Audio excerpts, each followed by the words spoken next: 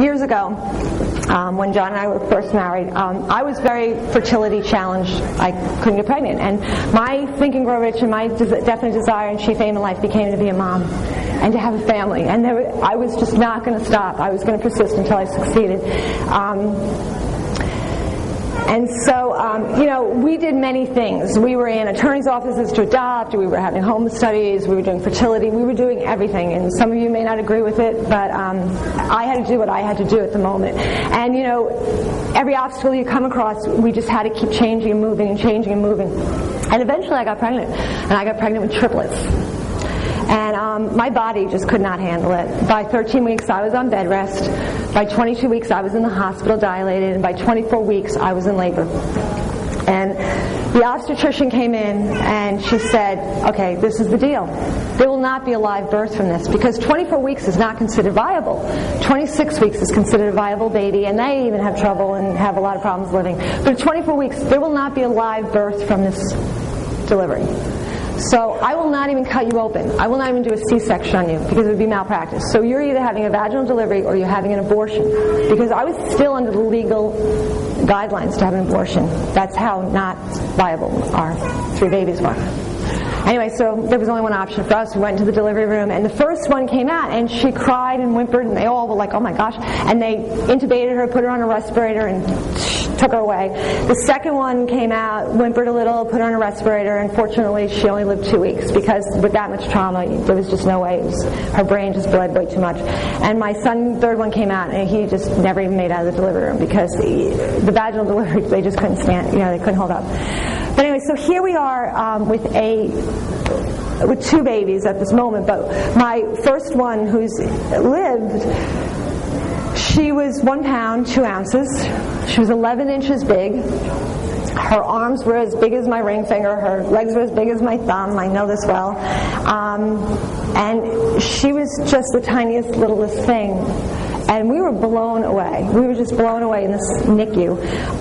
She basically had an IV coming out of every ankle, every arm, a PICC line, deep lines. And the neonatologist would come in and she'd go, she's very, very, very sick. And she's very, very, very tiny. And she was basically saying to me, there's no chance. And I looked at my husband and go, did she have to use 3 berries? Couldn't you just say she was very sick, And the other thing about her was that she had turned completely blackish gray, and they would x-ray her to see where the respirating tube was on her because she was only 11 inches. So where that tube sat, the millimeters counted so much for her oxygenation. She had no lungs. She was born without lungs. She only had a few branches of her bronchioles. And so when they would put an 8x10 film under her, like a cervical x-ray, her entire body fit on it because she was 11 inches. So next time you look at a cervical x-ray, that's how big my daughter was. And when they would take the x-ray, they could see her stomach, and it was completely black. There was no gas pattern. Like normally on a lumbar x-ray, you'll see the whole colon and intestine gas pattern. There's just no way she'd ever eat, and this is what kills these preemies besides everything else that gets them, because she had a staph infection, septic, she had a fungal infection, so that didn't kill her. The medicine they give you for the fungal infection is called amphotericin, which the nurses called amphoterrible, because if the fungal infection didn't kill her, the medicine was going to kill her. It was 28 days of this. But in the meantime, she also just had no bowel. And that's what happens is they get infections in their intestines because it's exposed to the outside world and it necrotizes and perforates and you get peritonitis and you die. So this is her, they can't even take her off the floor to test her. They don't even know what happened. And she would just say, we know something horrible. This is the word the neonatologist is using. Something horrible has happened in her stomach.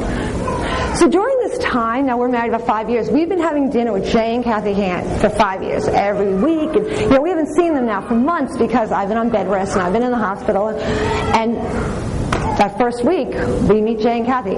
We've been in hundreds of restaurants, plenty of meals, I can't even tell you. I remember where we were, and Jay looks at us and he goes, get in there and wiggle her atlas with your pinky. Now, we couldn't touch her. She's in an isolette. I could only rub her right here. That was the only place you can touch a preemie like that because everything else would irritate them to no end. I could give her my pinky and she could grasp it. Now, Jim talked about yesterday being on that mission trip and doing rotary breaks, and a doctor like asking, how could you be specific? I mean, Joe was like, it doesn't matter what side you're on, just wiggle it. And we're like, okay, we can get around that. So we go in the hospital, and now we're like living in New York City. My husband's reverse commuting back to the practice. We're living at Ronald McDonald House. He'd go in at 7:30 in the morning. He'd wiggle her atlas. I'd come in later. I'd wiggle her atlas later in the day. I sat by her bed all day long. I just gave these nurses like hell all day long. But we had a team around us. They loved us in the end. And I would just wiggle her atlas all day, and he'd come back at 9 o'clock at night, and he'd wiggle her atlas. And this just went on and on. It went on and on for weeks. Her 5th week of life, we have this major miracle. The nurse walks in the room and goes, we have no idea what happened. You got to love when a medical person says, we have no idea what happened. She says, but this morning when we x-rayed her, because they would x-ray her like 3-4 times a day for this tube. When we x-rayed her this morning, she was completely black in her stomach. And we just took a film, and there's a complete gas pattern in her whole bowel. Complete. We were stunned. So they said, we can start feeding her. So I've been pumping breast milk now for 5 weeks. And literally they started feeding her through a tube on a syringe being microscopically managed, where she was getting 1/8 of an inch of milk a day, and I mean 1/8 of a teaspoon of milk a day, 24-hour period. And they said, we're just letting you know, we're going to feed her, but it's probably never coming out the other end, because we know something horrible happened. So that means there's a stricture, there's a occlusion. It may never come out. 4 days later, they're lifting her up to take another x-ray, and the x-ray tech picks up her legs, and out comes this little tiny poop. And we jump for joy. Unbelievable. Jump for joy. So, it's just incredible, because then they said, well, it probably will continue to block and we'll increase the feeds, but at some point we're going to get to a point where it's going to block. I will tell you, to this day, we just increased her feeds. It never blocked, ever again.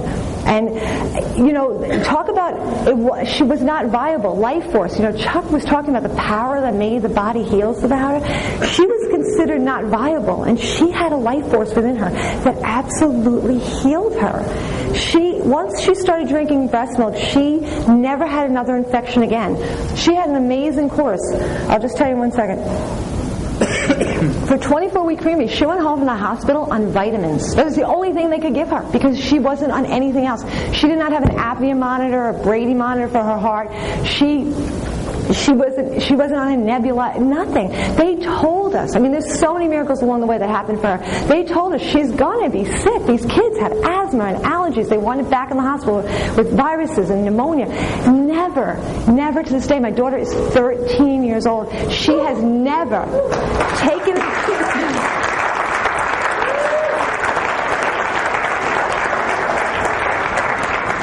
She has never been on antibiotic, has never had an immunization, ever. Never had strep, ear infection, any of those normal childhood things. And this is a 24-week preemie who was born without lungs. It's incredible. It's absolutely incredible. Which is so powerful. And the thing is, the condition I had that kept me from being pregnant, I had, whether I became a chiropractor or not. It was being a chiropractor that absolutely saved her life. And I know that. I know that with all my heart and my soul, that that's what it was.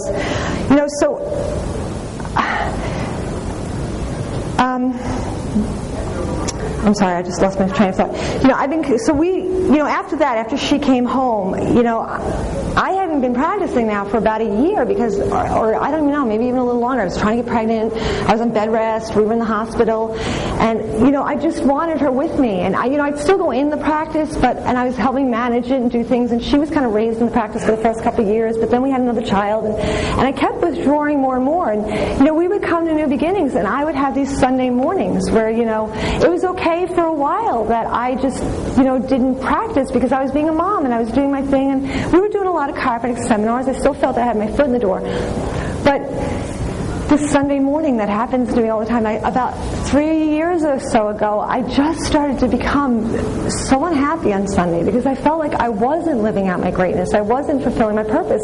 I'm a chiropractor. And I'll tell you, my vision was that when I was going to be a chiropractor, I was going to have a home birth, and I was going to be adjusting and breastfeeding, and I just thought it was going to be so different. And it just didn't work out that way. And that's okay, because we all have to be flexible, and we got to do what's right for us at the time, And I think I've been on a path that's good for me. But About a year and a half ago, I left on a Sunday, and I just said to John, I got to start practicing again. We got to work this out. Somehow, I need to be my kids, and I need to practice. And you got to find that opportunity. We got to just find it. And lo and behold, in our house is a room that we're not using. I don't know like how we never had figured this out. I mean, it had been a playroom, it had been a storage room, it had been an office at one point in terms of my desk and computer. And now we were just dumping crap in it. And we're like, oh my gosh, we have this space in the house. And then we live right by West Point, which is this amazing community. You want to talk about people who serve the world. I mean, whether you're into the military or whatever, but these people give and serve. They're unbelievable. We have a practice within our practice of West Point people that are just amazing people. And they were driving past our house to go to our office like a half hour away, and then driving back. And that's just a lot for someone who has a family and is on an hour lunch break. So we started a practice in our home where I'm adjusting this community of West Point people in my home. And I've been practicing now. Well, last January I was at New Beginnings, and we're driving home, and John turns to me, because we've been making preparations since like the October New Beginnings, and he goes, well, by the way, we scheduled a few new patients for you on Tuesday. And I'm like, okay, talk about that gripping fear, okay, here I go. And so I've been now in practice for a year in my house. Thank you. Thank you so much. And it's because of New Beginnings. It's because New Beginnings has always been here for me. And I want to thank, everyone said it. Jim, the board, there are people in this room, you know who you are. I haven't mentioned all your names, but you've been such a family and such a support for me. And I just love and appreciate all of you. My wish for all of us is that we can walk out of this room with our new beginning, that we have the courage, that we have the commitment to become great, to do what our life is about, to have that definite chief aim, and that when we come back in April and October and January again, that we're fulfilling that plan for ourselves, because that's what this is all about. So go forth, and thank you again.